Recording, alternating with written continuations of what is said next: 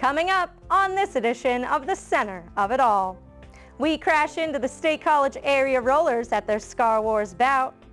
The Central PA Visitors Bureau has some great sightseeing tips, and Mel is cooking up a steakhouse classic. These stories and more coming up next on the Center of It All.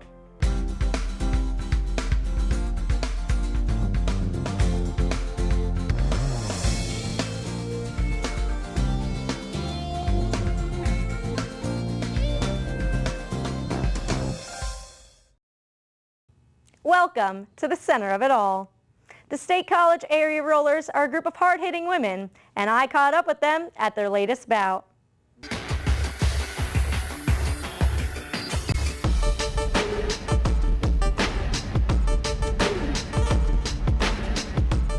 The State College area rollers are a group of about 40 women with a passion for roller derby. SCAR is the women's flat track roller derby league in the area, and they have a traveling team known as the Happy Valley Dolls.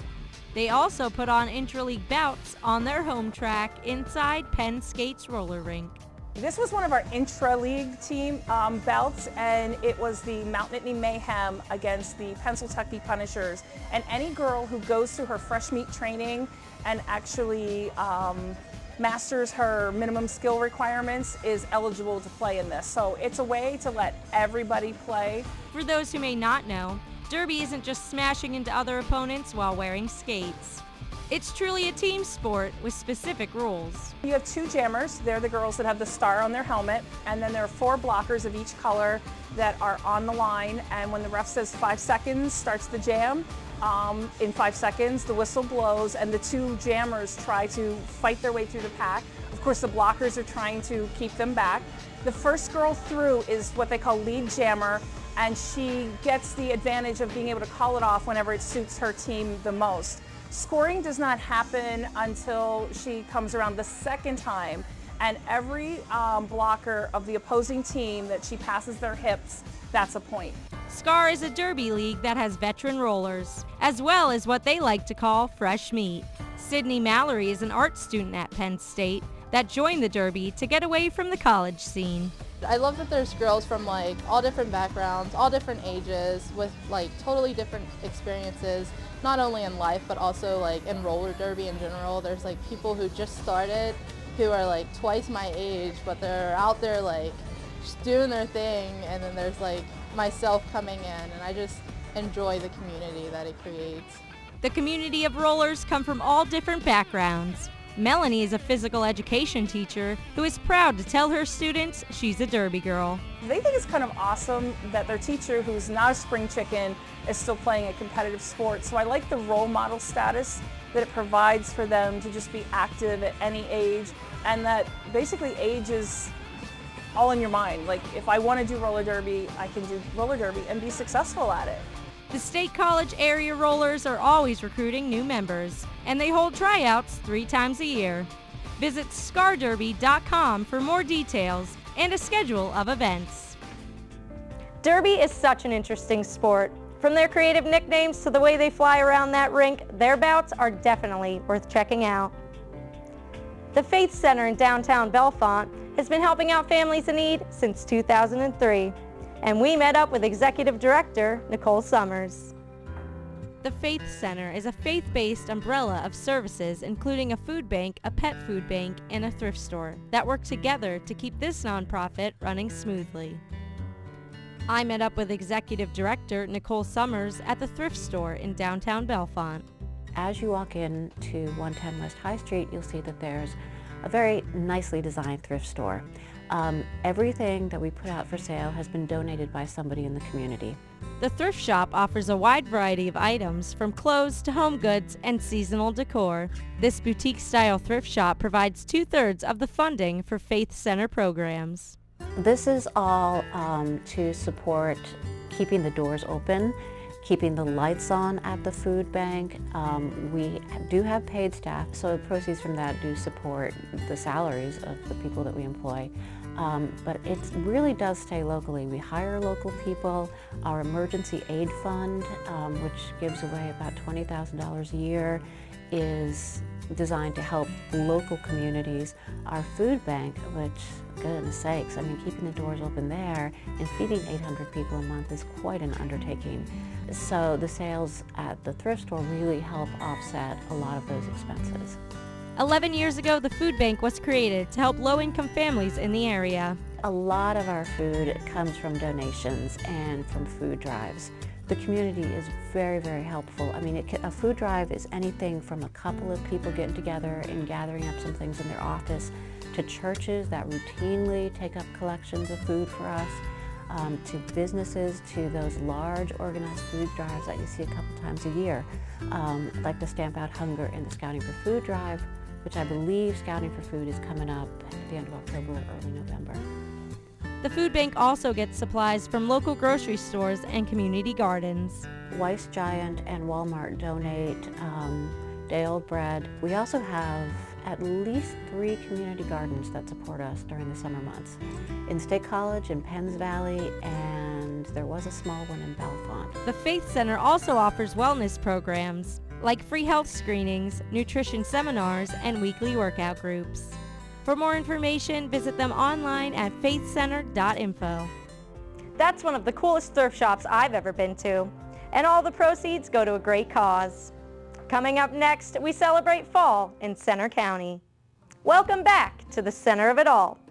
Now is the peak season for fall foliage, and I stopped by the Central PA Visitors Bureau to find the perfect sightseeing spots. Fall is in full force, and I met up with Betsy Howell from the Central PA Convention and Visitors Bureau to find out about fall foliage routes, trails, and activities going on here in Center County. Fall foliage in the area is one of our prime seasons for folks to come in. We have a lot of great routes. The Visitors Bureau offers a route map on their website highlighting some great views around the area. Route 45 through Center County is known as the historic Purple Heart Highway. And routes 144 and 150 are known as the Marsh Creek route. There's a lot of nice sightseeing opportunities along those routes, not just with the fall foliage, but also there's a lot of little gift shops and attractions along those roads that people can also stop in and check out. Down Route 26 on the top of Tussey Mountain, you can stop at a scenic overlook called Joe Hayes Vista. The overlook gives you fantastic views of the valley below.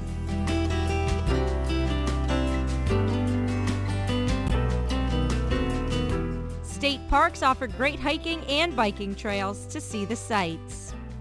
Black Moshannon and Bald Eagle are some popular state parks in the area.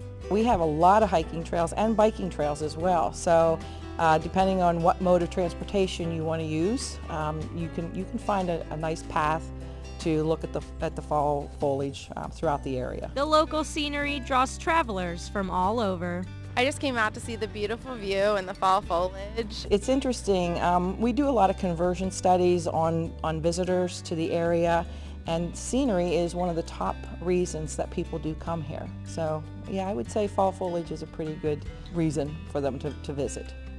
So go explore Central PA. Either a short road trip or an active day in a state park, the change in season is one of the coolest things to experience this time of year.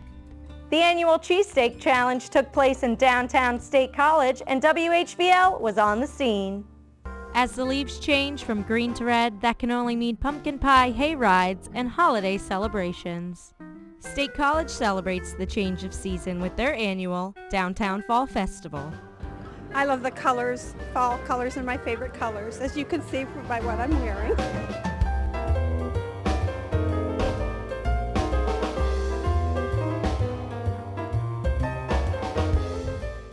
Like most of us, fall is time for overeating. But in State College, it's not turkey, it's cheesesteaks.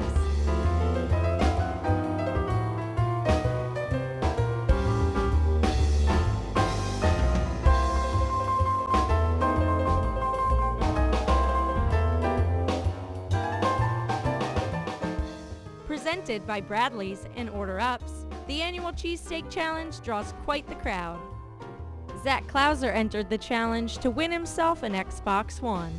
Yeah, there's a lot of bread, and it was just hard to get down, a lot of water. food, games, and entertainment. Downtown State College has got you covered for fall fun. I'm gonna have to get me one of those cheesesteaks, or maybe just a steak. Well, I think I'm in luck, because when we come back, Mel is cooking up her 10-minute T-bones. Welcome back to the center of it all. Mel can make any ordinary meal extraordinary, and on this week's Kitchen Encounters, she's cooking up her blue cheese and bacon mac and cheese on the side of her 10-minute T-bones.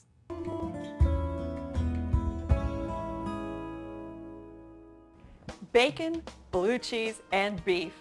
It's a combination we Americans love. We love it on our burgers, and we like it on our steaks. And when we go into a steakhouse, what's our favorite side dish? Macaroni and cheese. Today, I'm going to show you how to make a blue cheese and bacon macaroni and cheese. Con chile with pancetta and gorgonzola sauce. And I'm going to be cooking it up with 2 of my 10-minute T-bones. Let's get started. This pasta dish goes together in about the time it takes to cook pasta. So I just like to prep my steaks ahead of time.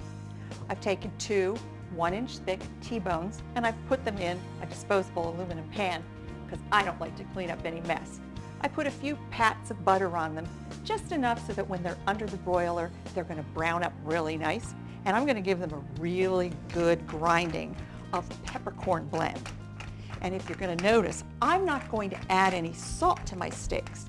These are going to sit for about 10 or 15 minutes. And salt should be applied after the steaks are cooked, because if it's applied first, it will dry out your steaks. So now let's move over to the cooktop and make our pasta. Making a top-notch blue cheese sauce couldn't be easier. And gorgonzola is blue cheese, so in essence, that's what we're making today. I've melted 2 tablespoons in the bottom of a 2-quart saucepan. I'm going to add 2 tablespoons of flour, 1/4 teaspoon of cayenne, and 1/4 teaspoon of salt. And I'm going to stir this around really quick until it's smooth and thick. This is called making a roux. This takes only 30 seconds.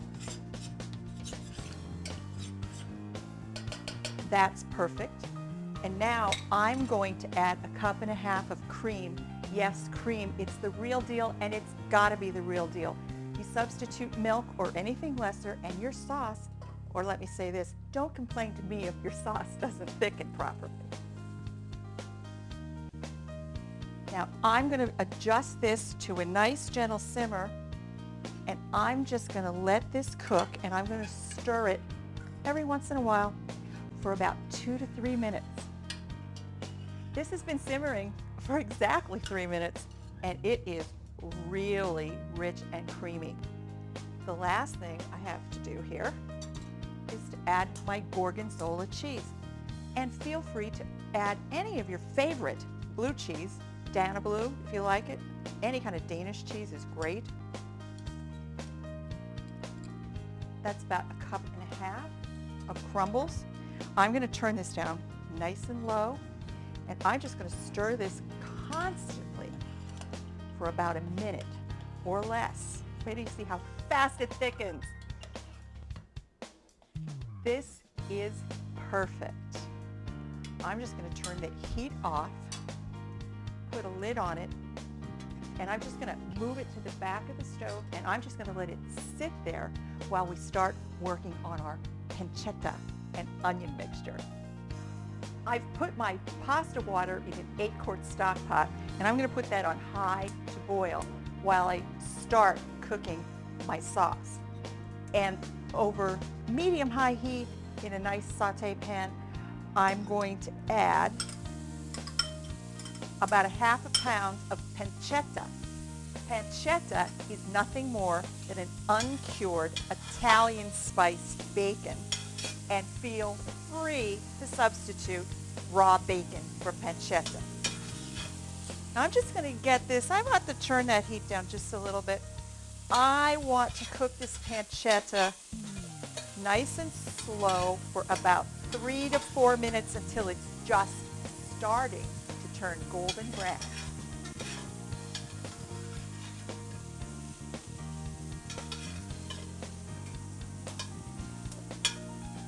pancetta is about halfway cooked through. The bottom of the pan is nice and golden brown. So now I'm going to add about a cup of finely diced onions. And I'm going to let this cook another 2 or 3 minutes until the onions are just tender and maybe about to turn golden brown, but we don't want them to really turn brown. In the time it took for my water to come for a boil, my pancetta and onions are cooked perfectly, just short of browning those onions. I am just going to turn this off, my pancetta off. I'm going to move this to the back of the stove while I cook my pasta. My water is boiling and I'm going to add my pasta. This shape is called conchili, C-O-N-C-H, conch shell, seashell. It's a shell-shaped pasta, not the kind we see typically in the grocery store. This one is shaped like a conch shell, but feel free to use a pound of medium shells. Just going to add this to my water, and I like to sprinkle it in a little bit at a time. I'm going to give it a quick stir, and I'm going to let this cook till it's really al dente, about 9 minutes, because it's going to get cooked into my sauce for an extra minute or 2 at the end. And while this simmers, I'm going to go put my steaks under the broiler.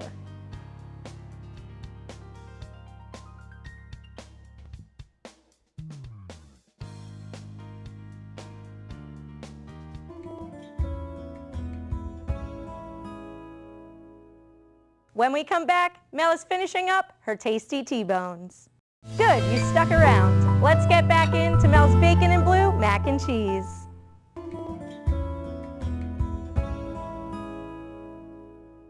I've cooked and drained my pasta. It's steaming hot. It's exactly the way I want it to be. I'm going to set that to the side. I've put my pancetta mixture back on the stove.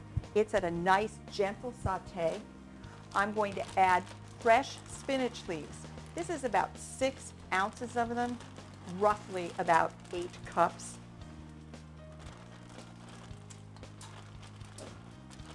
Okay.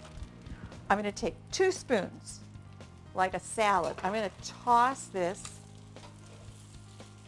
for maybe a minute until my spinach wilts. And this is called wilting the greens, if you ever see that term. Oh, this smells delicious.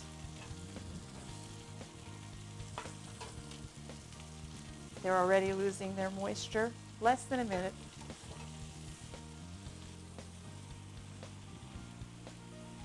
Okay, the leaves are starting to turn a really, really beautiful bright green. So now I'm going to add all of that steaming hot pasta, pound of pasta, and whatever little bit of pasta water is left in them is going to finish steaming these greens.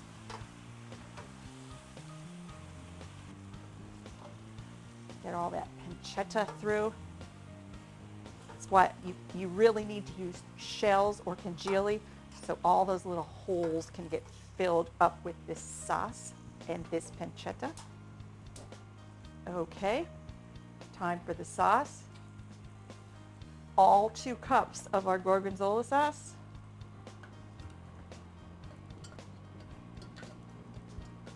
Perfect.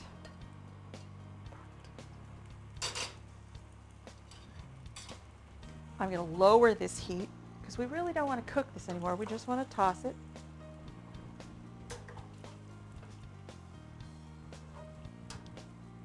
How yummy.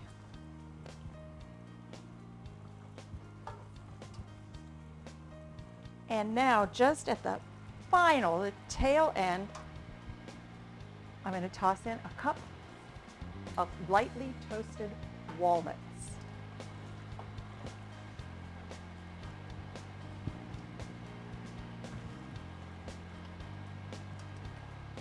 I'm going to quickly put a cover on this. I'm going to move it over to the countertop. I'm going to take my steaks out of the broiler, and it's time to eat. This very special pasta dish isn't one you're likely to find on a steakhouse menu anywhere. So the next time you're picking up the phone to make reservations, Call a few friends instead. Invite them to your steakhouse. They're going to love you for it. For these and all of my recipes, just go to my website.